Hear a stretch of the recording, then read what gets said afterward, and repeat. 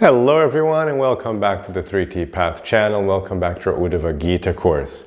So today we're coming to an end of this wonderful section where we're seeing Krishna's 12 yamas and 12 niyamas. Of course, the yamas and niyamas are famous from the Yoga Sutras, from Patanjali's Yoga Sutras. They became famous worldwide, where Patanjali talks about 5 yamas and 5 niyamas. But here we see Krishna's version with 12 yamas and 12 niyamas. We've learned a lot so far. If you want to watch the previous classes to catch the whole explanation, make sure you become a member of this channel, and instructions are here in the description of the video.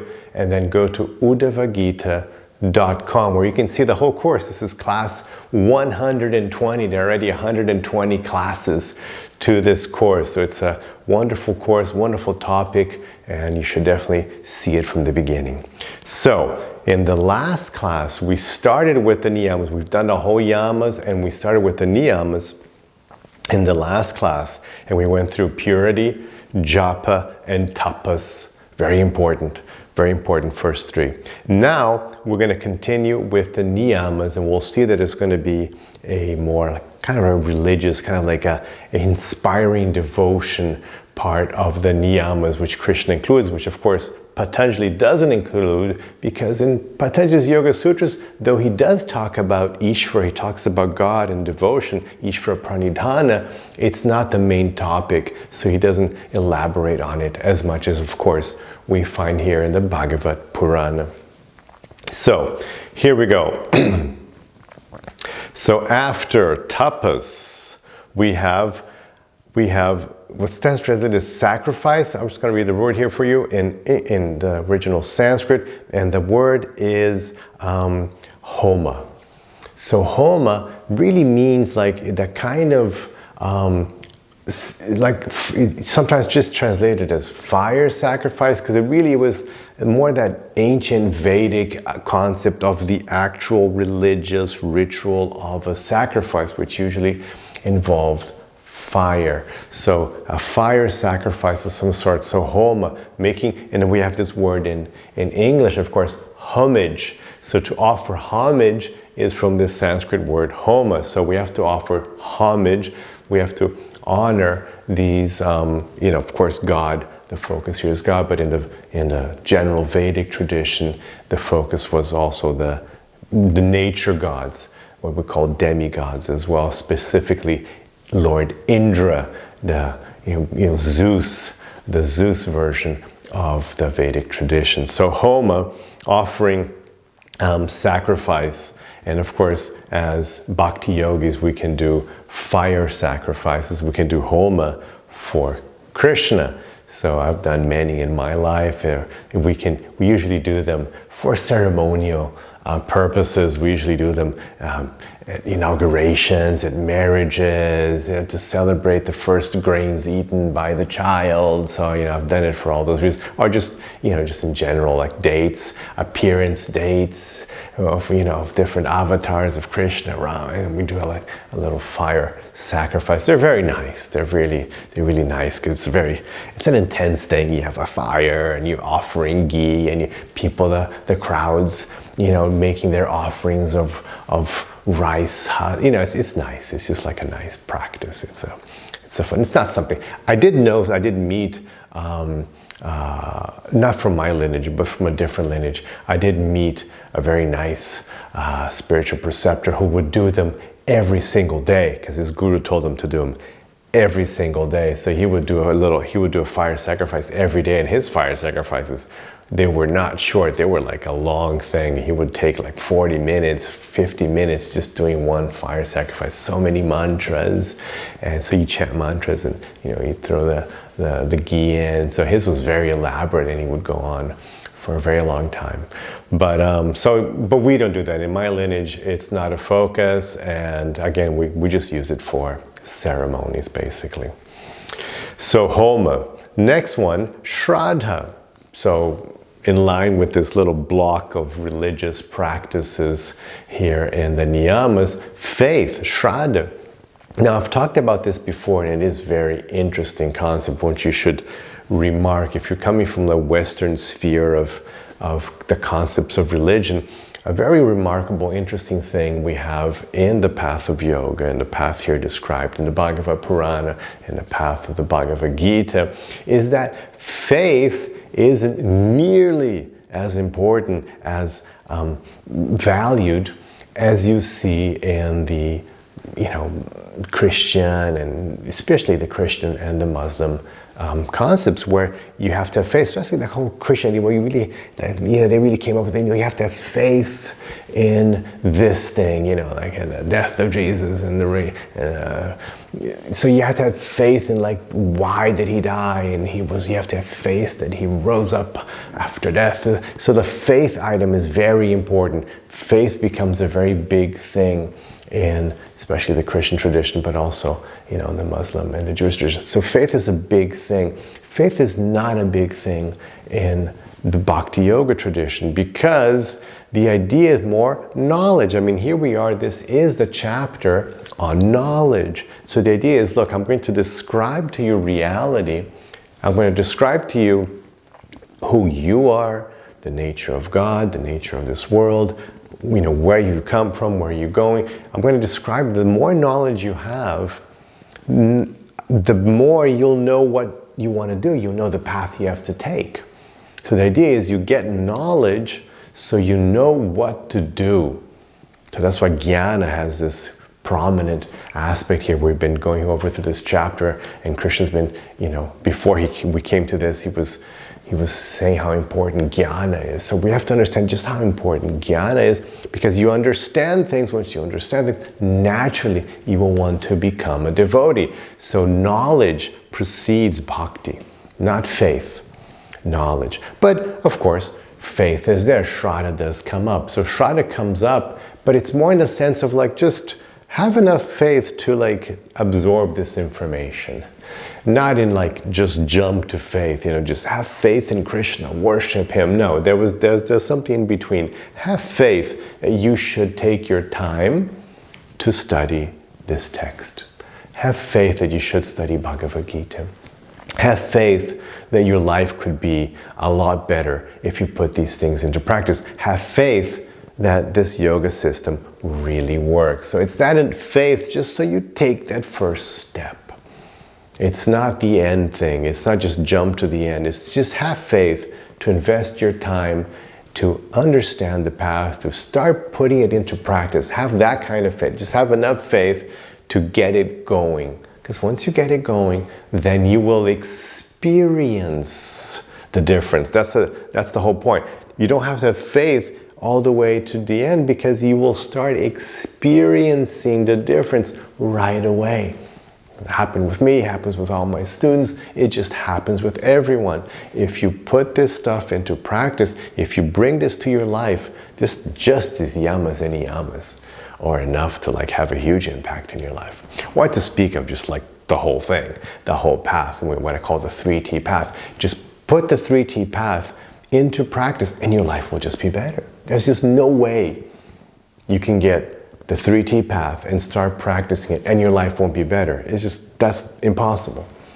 So have faith that that's going to work, and then try it. And then when you try it, you will get the result. And then as you get the result, you can see it's working, you can get more and more, because of course it's not just like boom, a little switch. It's something you develop, it gets better, your consciousness becomes, more expanded, larger, you have more and more control of your mind, your life becomes more organized, you feel better. So all these things start happening gradually once you had that initial faith to get going. So that's how faith should be seen. Now, the next one isn't directly a religious thing, but it's an interesting thing that he mentions here. He included this in the niyamas, and that's hospitality. It's a thing that comes up. It's not such a big thing in our culture anymore, right? In modern culture, we're like, yeah, go stay in a hotel, right? It'd be just like, it's not so much like, no, I have to receive people in my house. It's not such a big thing anymore. But it was a very big thing. And there are many stories you'll see in the Vedas.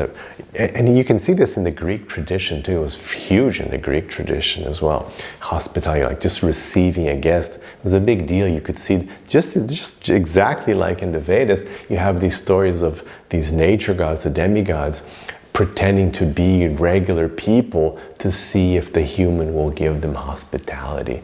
And then when they, and the more extreme the case of hospitality, the more glorious that person becomes. Of course, you have those stories of the person who's like, it's the last bits of food they have, and then a guest comes and they have to, so they just offer a little, they were starving already, but okay, there's the guest, so hospitality, I have to offer something.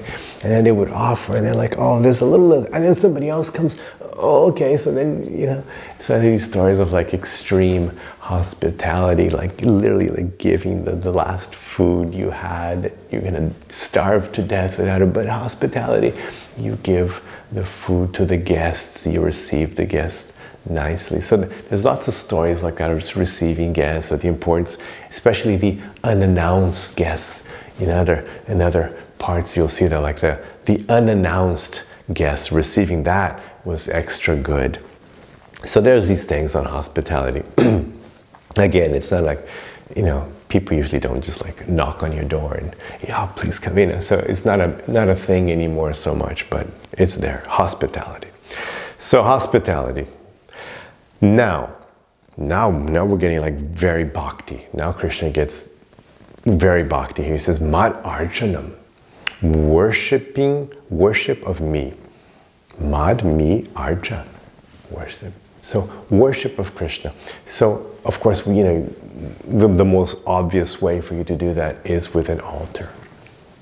So you have an altar and you can directly worship Krishna. Of course, there's also just the general concept of worshiping Krishna, like I worship God, like the general religious world view of I worship God. So just see, of course, as a general thing, as just the way you are, just to be a devotee of God in any way, but more directly as well. Mad Archanam has this idea of an altar where you can do worship to the deity, in a regular fashion. So of course, that's a great practice. That gets you very focused. It gets you regulated into doing this constant practice, because when you do archan, it's a regulated practice. It's something you should do the same way at the same time. It gives you it's a standard thing. You should, if you want to include that in your life, it's a standard practice. I usually don't tell my students to do that, let them just want to do it, because it's not something, it's very difficult for the Westerners. They're not used to it. It's a difficult concept for the kind of Western public mind, having an altar at home and the deity. It involves it's a big commitment. So it's not like a norm, it's not like a typical thing that a Westerner wants to do. So and it's not a major thing anyway. It's a bonus, it's an extra thing. Krishna's recommending it here, but of course you could understand it in the general sense. But so it's there, it's wonderful. I mean, I've been doing it for since the last century, and I love it. I do it every day. I think it's great. I think it's super helped me. I think it's a huge boost to your bhakti, but it's not necessary. It's not a absolutely necessary practice. Okay, so we have Mad Archanam. Now, Tirtha Atamam. So Tirtha Atanam is visiting holy places, pilgrimage. So pilgrimage is really interesting. The idea of pilgrimage, you have to remember, when this was written, of course, when this was composed, the Bhagavad Purana, this is in a very distant past. And in a very distant past, you couldn't download books, you couldn't watch YouTube, you just didn't have access to spiritual people and spiritual knowledge. It's just you had a little village there, and you had 80 people living in the village and doing their thing, taking care of the cows and goats or whatever, And that's kind of what you had, and so you didn't have, like, you couldn't, where would you get your information from? You'd have to go to a holy place. So the pilgrimage was a big deal in, since forever, until the book printing became popular. And then, of course, what to speak of the internet age, it was a big deal because that's the way you'd get information. You would go somewhere to get that information. You would travel to that place to be able to, you can see great stories of people doing huge, these like just 1,000-kilometer on foot pilgrimages just to be able to access a book. Like, oh yeah, I heard that maybe in that place they're studying this thing. So you can see in all traditions, Buddhists and like yoga, the people would travel far away to get access to a book or to a holy site. Of course, just pilgrimage also just as an act, like, oh, that's like an important place. That's the birthplace of Krishna. That's like, oh, this happened in that place. This is the confluence of these holy rivers. And then so the purpose of like making a point of going there was important, was like an act. It was a big sacrifice. Again, today we're just like, you buy a plane ticket or something. Even that's like difficult. But imagine in the past when you'd have to go, and the pilgrimage could last months. If you study like medieval pilgrimages in Europe, people would go and they would kind of leave like, well, you might not come back. There was a rule before you could take a pilgrimage.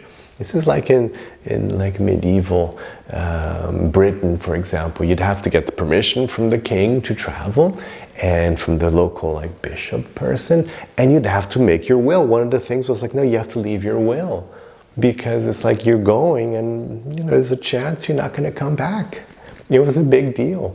So going on pilgrimage, can you imagine? You'd have to like walk all the way, let's say from the UK to Rome or something, or the hardcore, they would go to Jerusalem. It was like a big, big deal. It's like, oh my gosh, it's going to take months, it's going to be dangerous, it's going to be expensive, and a lot of people just don't come back. You could become enslaved, you could die, diseases, like difficulties. It was very difficult. So it was a big deal. So it was a big commitment, but again, it was glorious. It was seen as a glorious thing in the Christian tradition. Of course, in the Muslim tradition, it's one of the 5 pillars of Islam. It's like a big thing because like you're committing yourself to physically going there. It's like you're making it serious. You're proving to people that it's serious. Your commitment to your faith, your practice, your devotion is serious.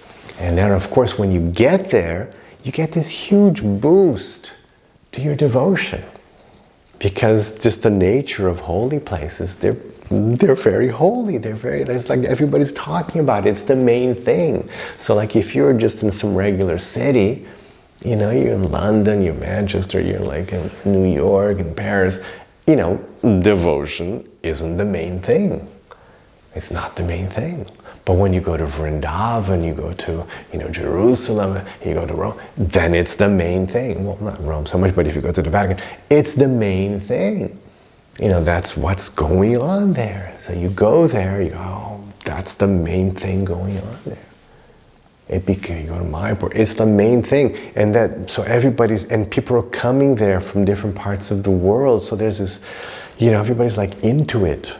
There's this energy. People are like, oh wow, we're getting, like when you get people together with the same focus, you get this big energy. People go to a show, they go to a political rally. There's this big influx of energy because people are getting together with the same focus. It's a powerful human experience. So pilgrimage has this great benefit as well, just that you just get that huge inspiration. Just because you went there, you get inspired and you come back with, of course, it wanes out. You get really fired up and then you come back and it's like, oh, okay. And then you start losing it again, then you should do another pilgrimage. So pilgrimage is a big thing, and you're focused on it, you're seeing it, so you're meeting the holy people, you're getting in touch with the knowledge, you're getting fired up because people are all on the same focus there. So it's a wonderful way to stimulate, to empower your spiritual consciousness, your devotion. It's a big deal. We'll see in the stories, kings do it and avatars do it. It's just like saints do it. It's a major practice. It was more of a major practice before than it is now, but it's still something you can do now to great benefit. Okay, so visiting holy places. And now what I wanted to talk to you about the most here on this list. Great little line here. It's a great word here. Para-artha-iha. So para, supreme, artha as in goal, as in benefit, and then iha, it means like action or will. So this is basically like living the supreme purpose. Like just focusing on the highest, greatest good. No longer just thinking about your little artha, my little benefits. Oh yeah, I want to buy a house. I want to get some money. I want to, take a vacation. Those are my little arthas. Those are, okay. But we're talking about the para-arthas, the great goals, the great supreme goals. So this is a whole mentality you can take on, which will bring wonderful benefits to you, and of course, it will help the world. So acting and desiring for the supreme. Just this thinking big, like really like your actions and your desires focused on the highest thing, which means is you've now understood your nature as a soul. You've understood the existence of God. You've understood the nature of this material world. You've understood that we are suffering in this material world. People are trapped. We're all trapped in the cycle of birth and death, in this ocean of miseries, as Krishna calls this material world. So having understood the big picture, you want to act on this big picture. So you're thinking big in the sense of you want to not only just focus on your connection and service to God, which is going to be the other item on the list here. Not only you want to focus on this general concept of serving God, but you also want to just help people. You want to help people see this big image. You want to work on the big picture and no longer just focused on your little actions, on your little things. You want to focus on the big picture. So para-artha-iha, just using the power of your will, of your desire, and the power of your actions, the desire following actions, to serve God in the big picture, to really work on yourself as part of the greater good, of God's will, to become a member of the whole team of God. Like I'm working for the God team now. I'm not just the me team, my family team, my country team. I'm working on the God team now. So you want to work on the big picture.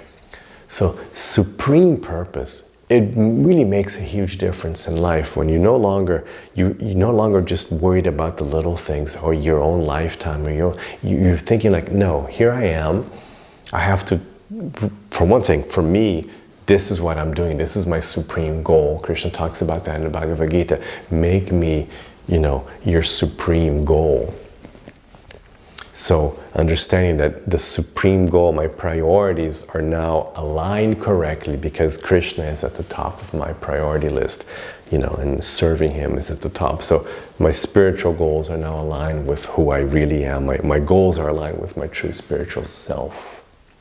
And so not only that, but also like what can we do for the world? How can I serve? What legacy can I leave to make this world a better place, which is what God wants. How can I help people become spiritually liberated as well? So it's a wonderful concept, beautiful concept of para-artha-iha, of just acting and desiring for the supreme, not for yourself, not for your family, not for your country, but for the supreme. Very important concept. Okay, now one one of the niyamas that is in the Yoga Sutras, tushti, satisfaction. It's santosha in the Yoga Sutras, but it works here as well. Tushti, satisfaction. Now, satisfaction is a very important concept. Again, remember, these are the niyamas. What are the niyamas? Niyamas are things you should do, right? The yamas were things you should restrain, and the niyamas are things you should do, which you might normally not do.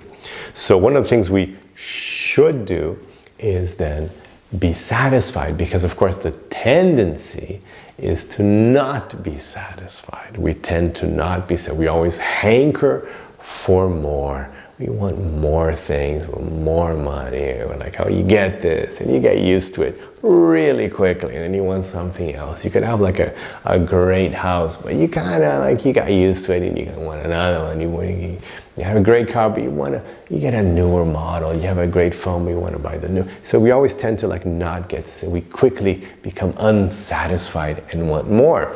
So tushti is this, to develop this concept of like, no, I'm good.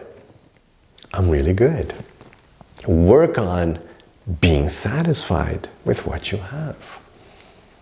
Because actually that's the path to peace. You won't feel peace while you're hankering for more things. That just generates rajaguna.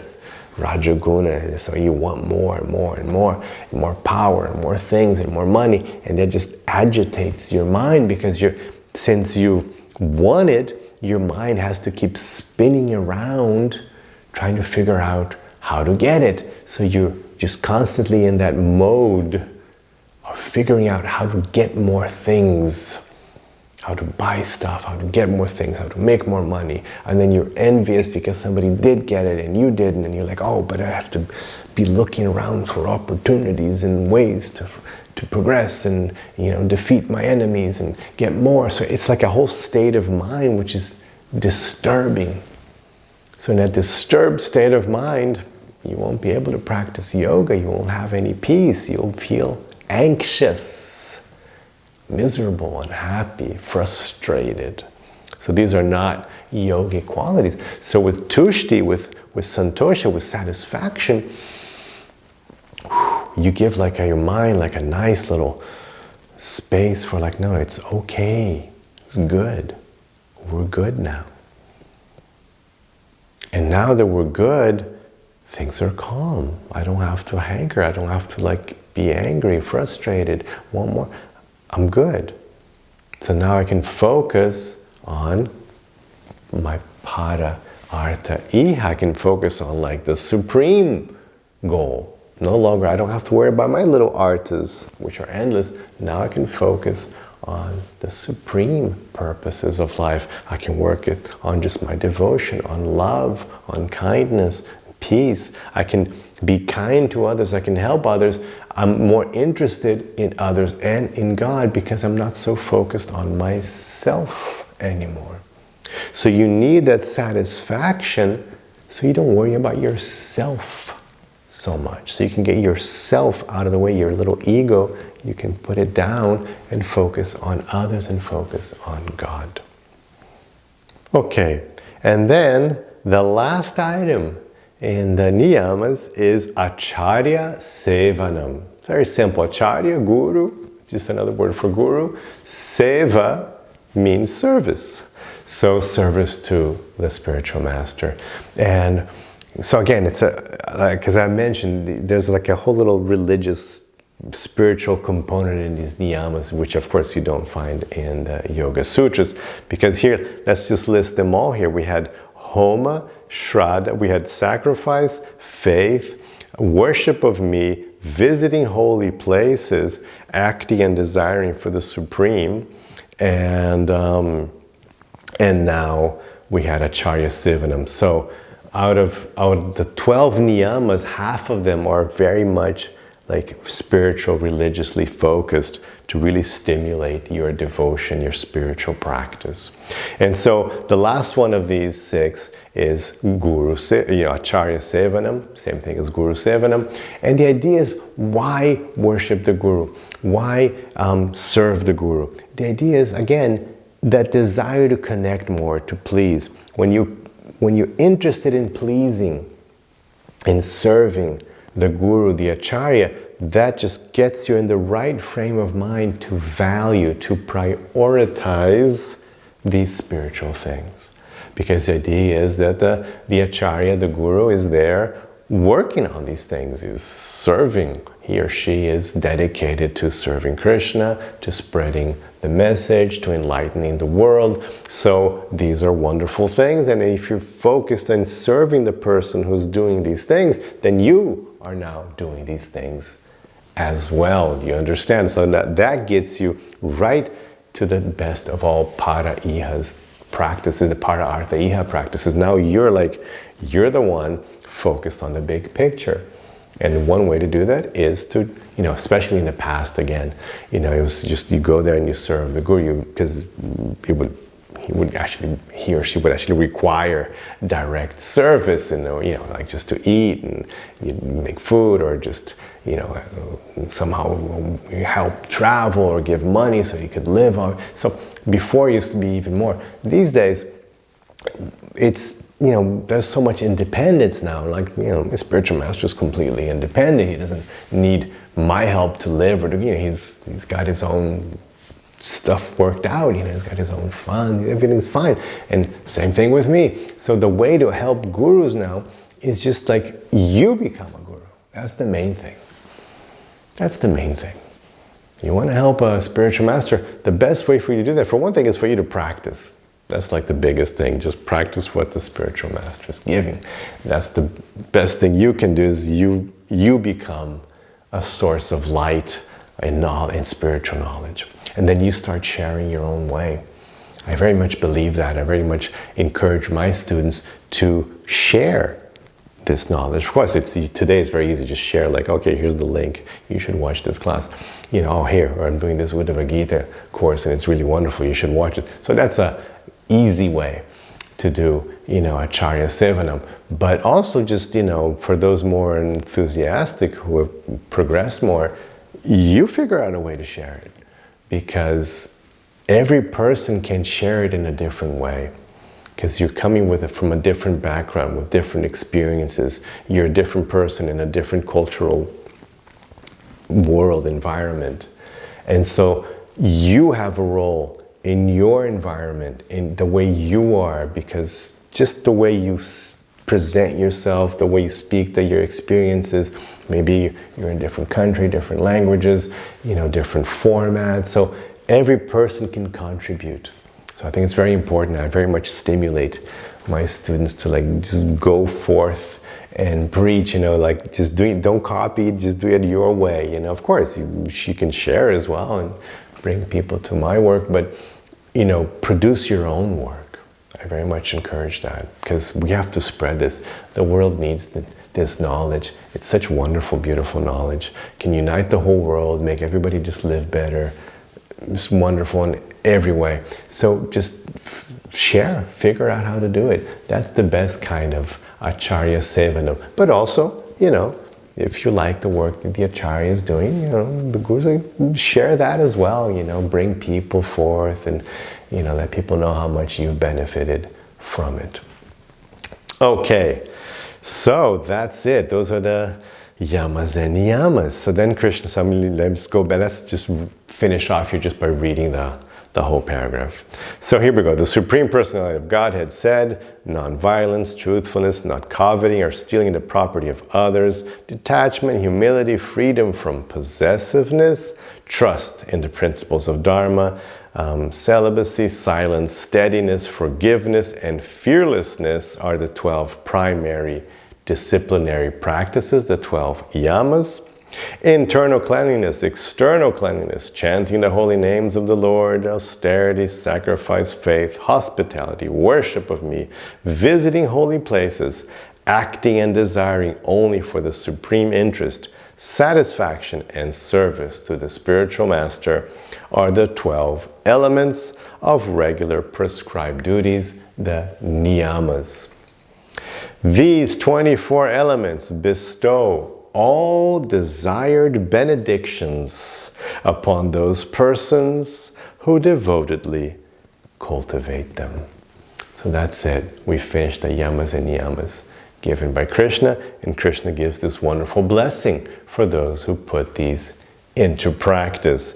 All desired benedictions will be bestowed upon you. So have a rest of your day with lots of peace and lots of love. Hare Krishna.